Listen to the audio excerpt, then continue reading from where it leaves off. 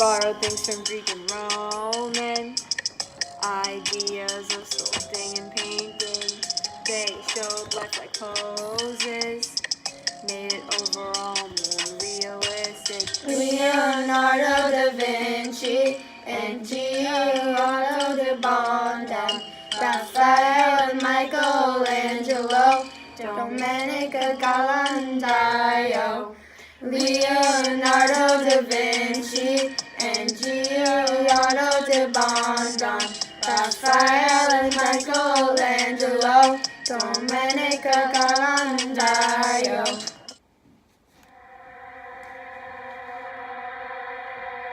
The artworks of Michelangelo went against the church, just so you know. For anatomy, dead bodies he did use. This went against the church's views. Influenced artists long ago. His skill and his talent made him grow. Pieta, Last Judgment, and David Medici taught him he was aided. Welcome to the story of Michelangelo. He was so great. Art was his fate. Family disagreed, wanted a different path for him. Art was a son. Learned art from a wealthy family. In his future, soon they all will see. Study bodies and art extensively. Painted ceilings, art showed feelings. The artworks of Michelangelo went against the church, just so you know. For anatomy, dead bodies he did use. This went against the church's views. His name is Titian. His name is Titian.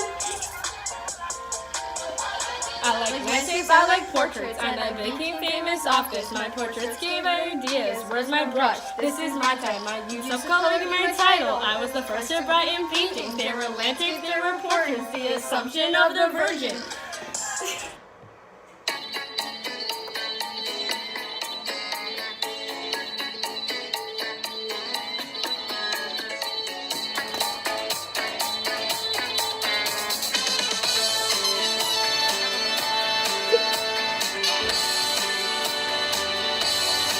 Do you remember the Renaissance art by Giotto? Changing the minds of people. Best known for his decoration. His arts were gleaming, known for the Scarlet Chapel. As we walked all around, remember how their complex stories told themselves. Art, art, art, yeah. Say, do you remember? Yeah. Giotto di Bone, yeah. Creating many pieces. Ba-dum, ba-dum, ba-dum, ba-dum, ba-dum, ba-dum, ba-dum, ba-dum, ba-dum, ba-dum,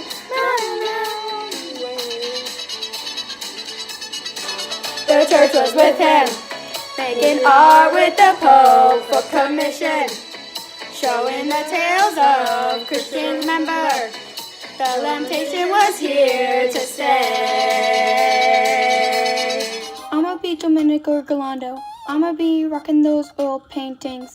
I'ma be chilling with David and my crew. I'ma be making portraits and mosaics too. I'ma be up in that art studio doing contemporary life and creating religious narratives. Cause I'ma be done with Palatormia in the year of 1490. I'ma be influencing art with the nativity of Mary. I'ma be the third generation Renaissance. I'ma be starting Madonna. I'ma be doing my thing, portrait painting. The portrait of Giovanna Tornabuoni was painted by Domenico Ghirlandaio in around 1480 to 1490. It is an Italian portrait because of the detail and individuality in the examples of secularism. Secularism is seen throughout the artwork because of the focus on just Giovanna Tornabuoni. Secularism is about focusing on the now and being in the moment. The lady is still and posing lifelike as she is in the present. Humanism can be argued to be seen due to the stress of human form and how proportionate Miss Tornabuoni is displayed. As one looks closer into the clothing, it is very detailed. The layering look seems to be popular in high-class people. This woman must be wealthy and able to receive resources to have the clothing worn. The expensive jewelry that lays on her chest also tells the position of power and status in society. Even Renaissance royalty, like Queen Margaret, wore multiple layered clothing as seen in this piece. Going back to the human form, Ghirlandaio brought together pure characteristics of the human body. It shows realism and naturalism, as the figure looks realistic, which was developing in the Renaissance period. This exemplifies inner beauty and appreciation of bodies. As I focus more on the background, I notice a religious aspect. The book towards the right of the background can be seen as a Bible or prayer book. This shows that humanism is brushed upon as Giovanna Tornabuoni was religious and was a part of the Christian faith. The website, The Culture Concept, comments on a Middle Ages painting of Henry II. When comparing the portrait of Henry II and the portrait of Giovanna Tornabuoni, the advancement in detail and realism has developed majorly during the Renaissance period. It brought proportion and body structure. The portrait of Giovanna Tornabuoni was an example of how the Renaissance advanced art and made it better. Bacchus and Ariadne was made by Titian in 1520-23. It tells the story of Ariadne, whose love, Theseus, had just left her. Bacchus, the god of wine and intoxication, sees her and falls in love. He promises to turn her into a constellation, which can be seen in the painting in the sky right above Ariadne.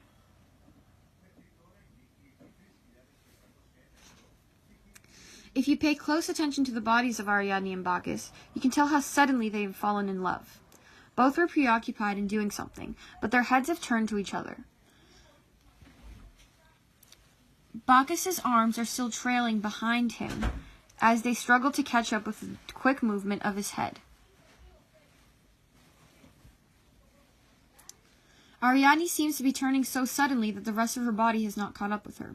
This painting portrays humanism because of the immense amount of effort and technique shown. The lighting and muscular detail shown in both Bacchus and Ariadne adds to the overall realistic look of the piece.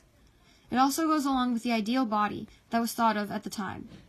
This painting connects to secularism because it does not have anything to do with the church in it at all. Titian had painted this for a member of a wealthy family who wanted to show off his knowledge of antiquity and participate in the Renaissance as a patron. The story was portrayed in this painting was one of mythology, Greek mythology, so it had nothing to do with the Bible or any other religious stories or views. It was not made for the church or displayed in any chapels. It is a painting made by Titian portraying an ancient Greek story about love at first sight. It is truly important to the Renaissance, and it shows historians how much of an impact classic Greek and Roman texts had on artists at the time. They were willing to learn from past civilizations to further improve themselves, another characteristic of humanism. The St. Francis receiving the stigma was painted by Giotto da Bonde in around 1295 AD. The Article website shared that it is an altar panel of St. Francis receiving the stigma from Jesus. Khan Academy's Dr. Harris and Dr. Zucker comment that in medieval times, St. Francis was portrayed as a poser and stood tall and bold, as seen by the painter Bonaventura Berlinghieri's painting. In Giotto's version, Francis is kneeling and seems to be in a more realistic and natural pose. This goes along with naturalism and how the scene is more real in Giotto's painting. Francis is surrounded by landscapes and the beauty of the world. That supports my thoughts that the painting was part of humanism. It portrays the natural world by the landscapes and beauty by Francis's posing so calm and real. The painting is not, however, seen as secularism because Jesus is seen in a part of the painting. The full potential of secularism was not granted in the painting because Christian beliefs and legends can be supported and observed in the altar panel. The legend that St. Francis saw Christ in a form of a six-winged angel in the sky during his 40-day period of following Appian's disciplines and describing the stigma supports how religious the altarpiece of artwork is. A stigma is wounds on the hands and feet that the crucified Christ received. As you look and examine St. Francis's face as he receives the stigma, he appears to show awe, fear, and some confusion all at one. Human emotions and how real and relatable the painting is can share the idea of humanism recognized. It seems to be a moment where Francis is admiring and responding to Christ. The full body itself shows the humanist aspects because of the technique of how the drape falls and is placed on the body. But the kneeling and the hand positions allow for a chance to recognize how St. Francis was feeling and doing in that moment. Acknowledging the type of art made, this painting was part of Italian Renaissance art because the intricate individuality and the beauty of the natural world were very seen distinctively.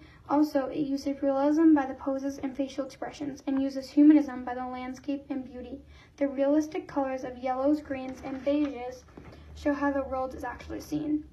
The soft colors also played a role in stating how this art is an Italian Renaissance piece. Going back to the draping of the clothes so realistically portrayed in the poses, this is one characteristic that evolved during the Renaissance. The Middle Ages showed flat and sharp techniques, which made the pieces not realistic at all. The effort of Giotto trying to put St. Francis on the earth instead of a heavenly place is a huge advancement and movement in history because of the non-realistic backgrounds as seen in the past. The background has houses and mountains that give historians and I a good idea of the period and place. It is important to add and emphasize that St. Francis was a beggar and had given up possessions for his faith to show his dedication to the actual faith of Christianity. It has been said that the church initially did not agree nor accept Francis's ideas, so the bottom images allow me to believe that acceptance is now there. I believe this because the bottom shows Pope Innocent III vision of St. Francis being supported, the order of the follows and their blessings, and then lastly St. Francis's relationship with nature that can be seen as a relationship with one of God's creations. The paintings done by Giotto portrays St. Francis and his vision with Christ giving him the stigma. The Last Judgment is a fresco that was painted by Michelangelo from 1534 to 1541. It is located on the high wall of the Sistine Chapel. In the center of the painting is Christ, with angels, saints, and people surrounding him. To the left of the wall are the people who are blessed and going to heaven. To the right of the wall are the people who are damned and who are going to hell. This scene is taken out from the Revelation, and Michelangelo portrays Christ as a very powerful figure. He has detailed muscles and a large build, and though his body is slightly out of proportion and not identical to that of the ideal body at the time, he still shows humanism because of the realistic lighting and advanced technique shown in the painting. This shows great improvement from the Middle Ages, back when the most religious paintings were not lifelike or realistic at all. Secularism is hard to find in this painting, but there are some theories that it is evident here. To the bottom left of Christ, you can see St. Bartholomew holding the skin of a person. The skin looks much like a self-portrait of Michelangelo. Directly underneath that skin is the boat of Charon on its way to hell. It is believed that Michelangelo painted this because he himself worried about his troubled soul. He also painted this after Martin Luther's pessimistic views on the church and after the Protestant Reformation. You can see a difference in the way he painted before the event and after by looking at the bodies of the Christian figures he painted. On his painting on the ceiling of the Sistine Chapel, he painted Eve with a perfect body and elegant figure. In The Last Judgment, he does not portray St. Catherine this way, as he puts her in an awkward stance and with disproportionate body parts. Nevertheless, this painting still holds huge importance to the church, as it is located where Mass was held, and it is where a new pope is chosen each time. Though it is located in the church, it still shows features of humanism and secularism. Great detail and effort is shown throughout every corner of this piece, mixed in with many hidden meanings, and it will be an important artwork for many The ages. Mystic Madonna was painted by Giotto de Bonde in around 1310 AD. Based on Dr. Zucker and Dr. Harris on Khan Academies, they explain that it is an altarpiece of a woman, Virgin Mary, and her child, Jesus, in the center of attention. This painting portrays two angels on opposing sides to the bottom of the piece. It showed the religious aspects because angels are often created within mythology and religious legends. If Humanism can be seen as natural beauty of Mary in the distinct body structure. The people surrounding Virgin Mary can be seen as looking up to her, and this can show how delighted everyone is in taking the moment. Being there and showing love supports how humanism aspects are seen. It is Christian peace due to its focusing on Virgin Mary and the life of Christ, both in which serve as major parts in the Bible and the culture of Christians. Recognizing the vibrant colors seen in the clothing, the church references as seen within the entire piece, and the realistic figures lead me to notice this is an Italian Renaissance piece. To go more in depth with the variety of colors, it shows that the painter has enough money to buy and use the colors provided. In addition, painting shows that Giotto is familiar with the faith of Christianity and supports it enough to express the faith in one of his artworks. Agnusity Madonna is seemingly representing physical and emotional attachment. Giotto is suggesting through the painting that it can symbolize a frame of passage for our eyes to enter, showing that capability of being a part of the scene and believing in what is believing within it, which may be a place in the world that we may all belong and be accepted there. By looking at the painting in the front perspective, the scene of envying the Virgin Mary and her child can be a sense or a feeling portrayed as observed. The article in Radford University, as they show Renaissance art, it compares medieval artwork of Virgin Mary to the Renaissance art pieces of Virgin Mary. The painting is hugely different from the pieces in the 1200s by Cimabue and Duccio. They portray delicacy and elegance with the colors and the figures of people. Cimabue's painting shows how Virgin Mary with a tiny figure, as well as Duccio's paintings. It is unrealistic and gives off an illusion of what an ideal person is supposed to look like. Duccio's painting shows stiff bodies and thighs parallel to the picture plane. However, Giotto turned the styles around and made a more realistic piece. Virgin Mary looks tough and weighs more. She shows a clear view on how people actually look. The shadows and light help with this. The transitions of warm to cold and highlight to shade emphasize the body structure. It looks like a sculpture even as a painting. Going back to Cimabue and Duccio, their paintings and figures were heavily flat and had no structure of curve. Giotto's version has dimension to give clear views on certain things. Mary is able to have dimension with her pose because her knees are shortened.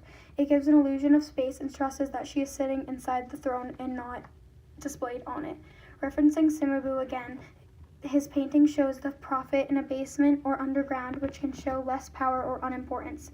These are brought up or risen to right next to the throne in Giotto's artwork. It can assure placement of power or simply a new perspective of viewers.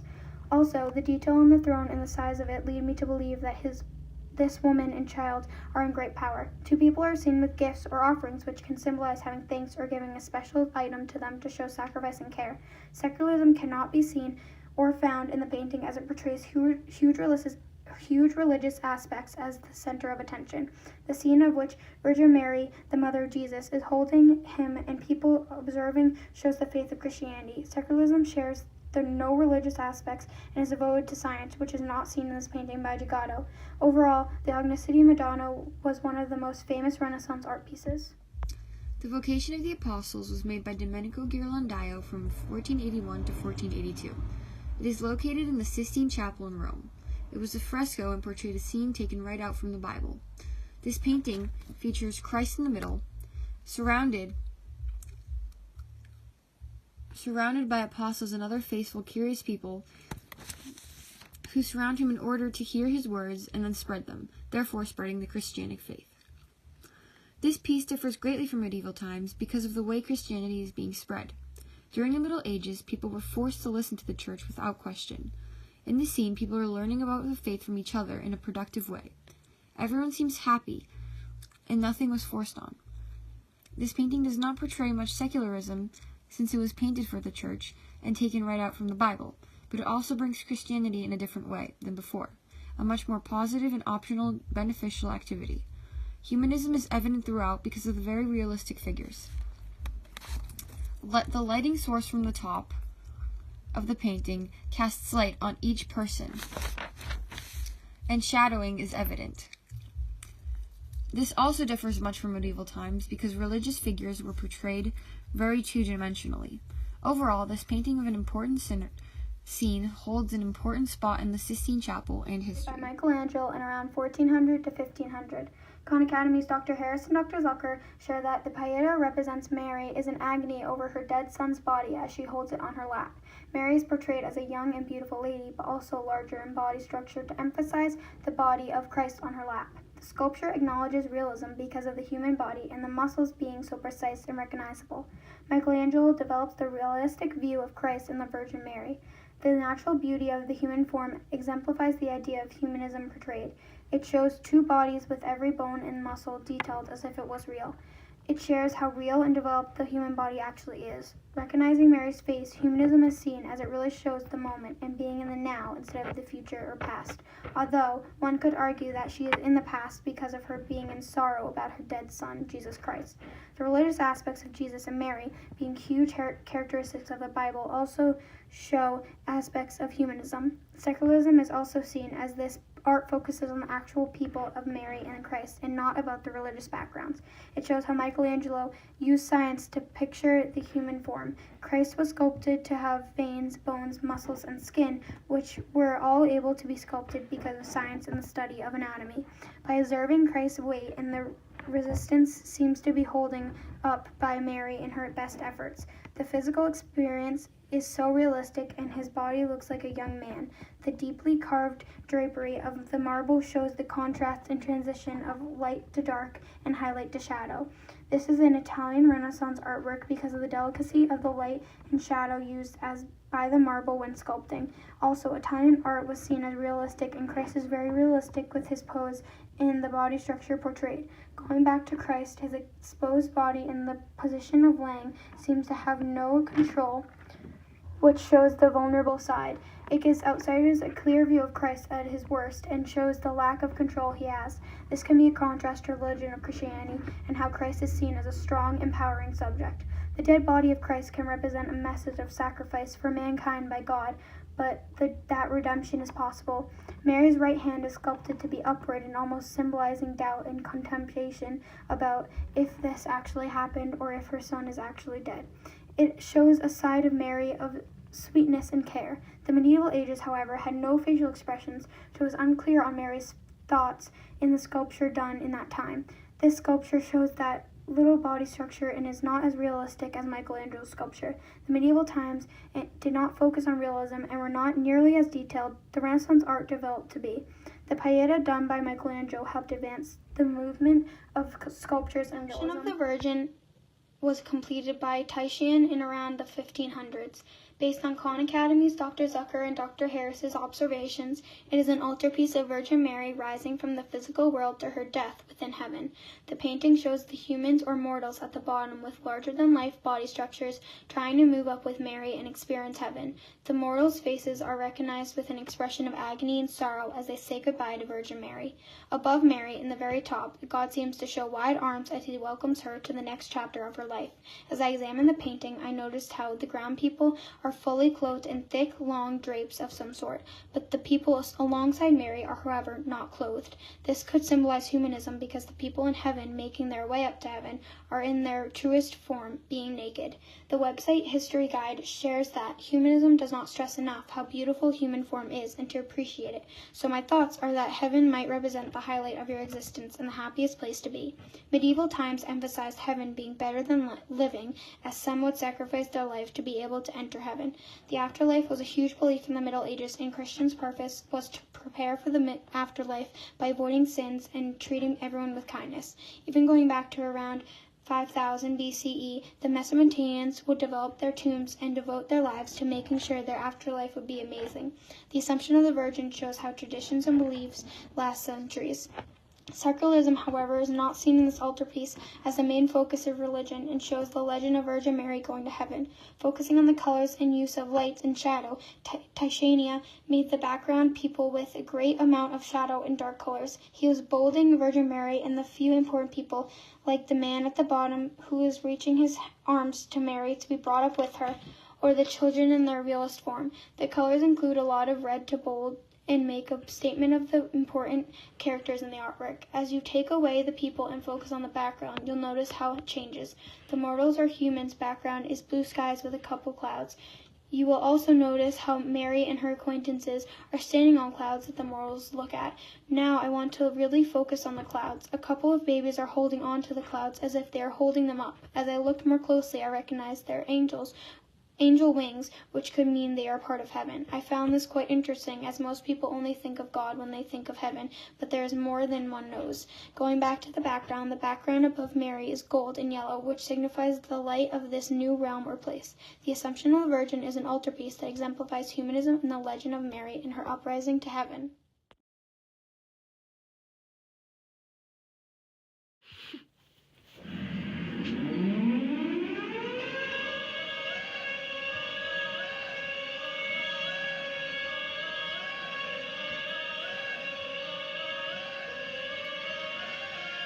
Okay, it's humanism, coming at you with our facts, rapid movement of culture that'll surely make your hands clap, based on Rome and the Greeks. We'll share either. We love humans and religion, we got the best and you got neither, but beauty in all people, just like our faces, spreading human fulfillment to all kinds of places, concerned about the present. You'll hear us shouting YOLO, your ideas are just lame, so you'll be flying solo.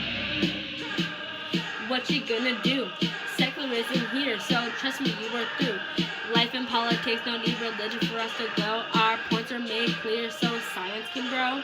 We're making lots of progress, sorry for your loss. You won't find us dependent on faith and the cross. We got science and learning, anatomy is study. Go against us? Oh, that's really funny. Oh, you know what's funny? You think that you're the best. Well, let us bounce right back and we'll put you to the test. We're pushing leaders to success and human choices is our focus. We'll put a spell on you and you'll follow hocus pocus because we're just too good and you can't even deny. Stay religious and faithful to that guy up in the sky, cause he gave us opportunity so we could be our best, reforming culture so you can take a rest. We keep faith apart cause we simply are insane. We'll be changing times by keeping it away from the state. We want freedom of thought and a balance of rights, protection of freedom. We don't want any fights. Humanism is better. We value the goodness of people. Secularism is perfect, but Lisa like an eagle. Humanism and secularism, I guess there can be both. We're both part of the Renaissance and giving life some growth. Yeah, you're pretty cool, but we can do it better. So just take this L and we'll end it with that letter. I want to know the Renaissance development up in here tonight. Hold on. I just turned to Greek and Roman. Ideas of sculpting and painting, yeah, looked more realistic. Understood the human body, portrayed light and shadow.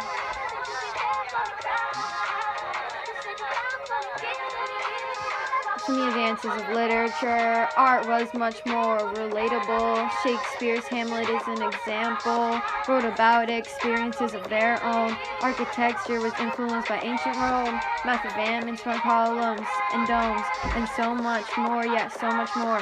Like pilasters, pediments, and blind arches, they were also advancements of science. A discovery by Nicholas Copernicus that the Earth revolves around the Sun. Another discovery is planetary motion and the parallax can make Joseph cure diseases. Discovered by Paracelsus. Newton's law of universal gravitation. More scientific instruments. No more religion.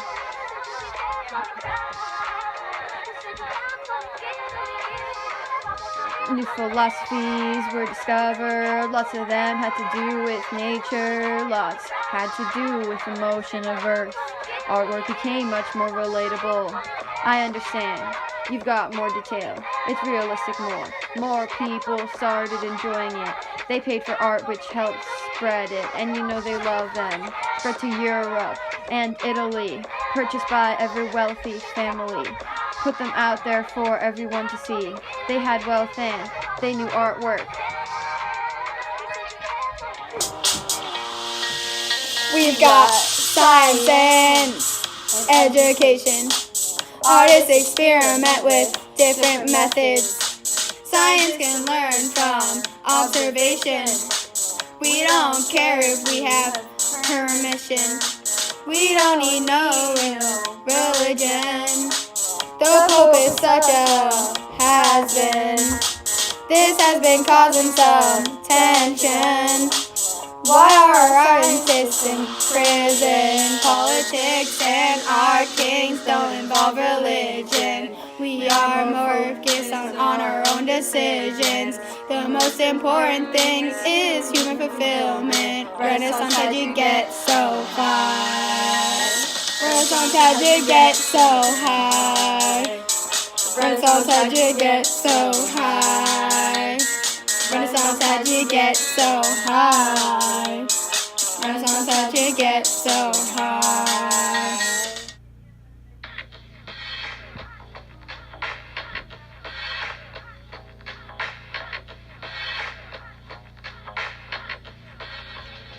That period after the Middle Ages in Europe is considered a rebirth because of the discovery and exploration of financial growth from the trade industry and from trading with other countries. And we import and we export local products because of new demands. Yeah, the Black Plague was so devastating. We needed a new way of living, gained an interest in all the classics, experienced changes in art and learning. The city of Florence was the start of the Renaissance. We didn't rely on the church as much. We're all humanists, experiencing changes. Artists, scientists, we're all learning. Plague killed our pop. Feudalism stopped. Destroyed Europe, which created opportunities for new process. Our social classes didn't have to stay like this. We're more independent, think for ourselves, and humanism grew popular and emerged in the 14th century because of artists like Bondon and writers like Alighieri, and because of poets and scholars just like Francesco Petrarch created what? The image of what? The Renaissance men. Yeah, I love science. Hey, yeah, I love painting. Hey, yeah, I love writing. Hey, yeah, I love learning. Hey, yeah, we're all pretty done with religion. Don't even try and bring up the feudal system. And there were just too many rules, too many religious institutions. We knew nothing about medicine. The Black Plague killed our kin. On top of it all, there was no education. It wasn't a time that was worth living in. No more poverty. No more poverty, just job opportunities and medicines, saving people from disease. Art was done for more than religion, like expression, and even showed people emotion.